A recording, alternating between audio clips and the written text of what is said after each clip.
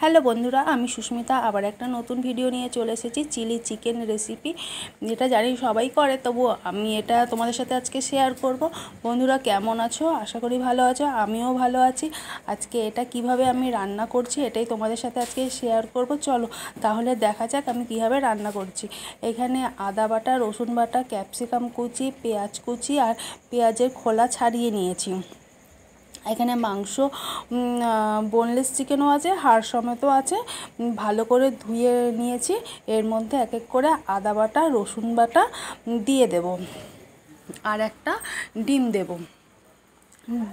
দিয়ে এটাকে ভালো করে এটাকে ম্যারিনেট করব। এর ওপর দিয়ে একটু লবণ দিয়ে দিলাম, পরিমাণ মতন লবণটা এর মধ্যে দিয়ে দেব।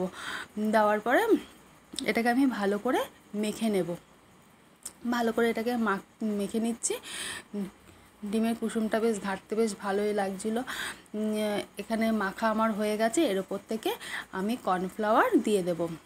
আগে যেহেতু কর্নফ্লাওয়ার দিই না, আগে ওগুলোকে পেস্ট করে নিচ্ছি, যে কর্নফ্লাওয়ারটা আগে দিয়ে দিলে না জড়ো জড়ো হয়ে যায়, ওই জন্য আমি কর্নফ্লাওয়ারটা পরে দিলাম, ওগুলো আগে মেখে নিয়েছি।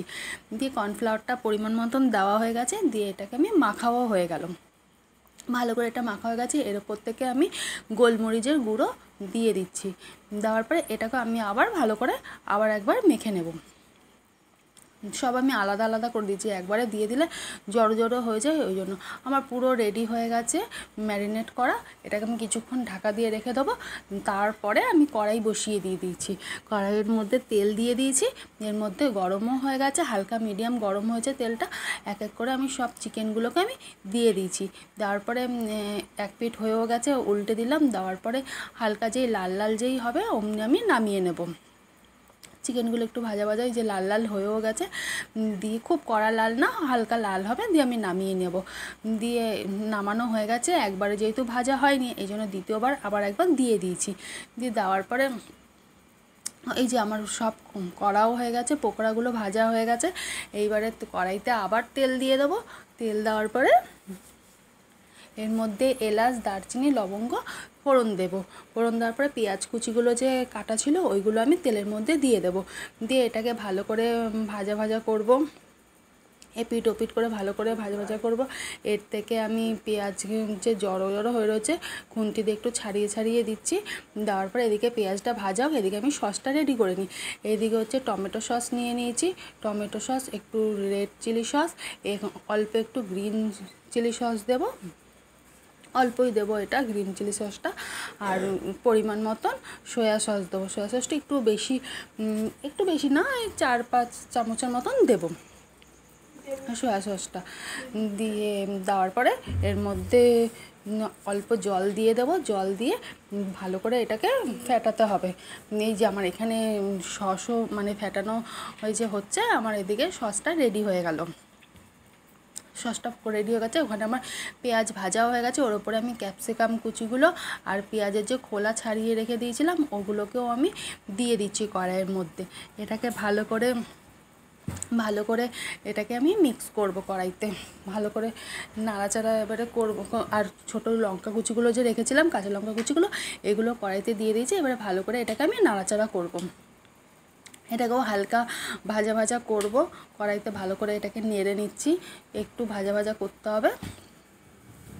দিয়ে যে ওপর দিয়ে লবণ দিয়ে দিলাম পরিমাণ মতন। ওখানে চিকেনে দেওয়াই ছিল, এখানে অল্প দিলাম আর একটু চিনি দিলাম। দিয়ে ভালো করে নাড়াচাড়া করে নিচ্ছি।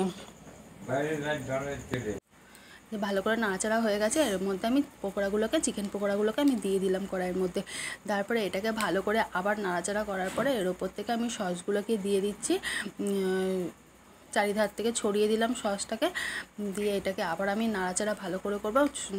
এটাকেও আবার একটু ভালো করেই নাড়াচাড়া করতে হবে, সসের যে কাঁচা গন্ধটা এটা যেন চলে যায়। ভালো করে এটাকে নাড়াচাড়া করছি।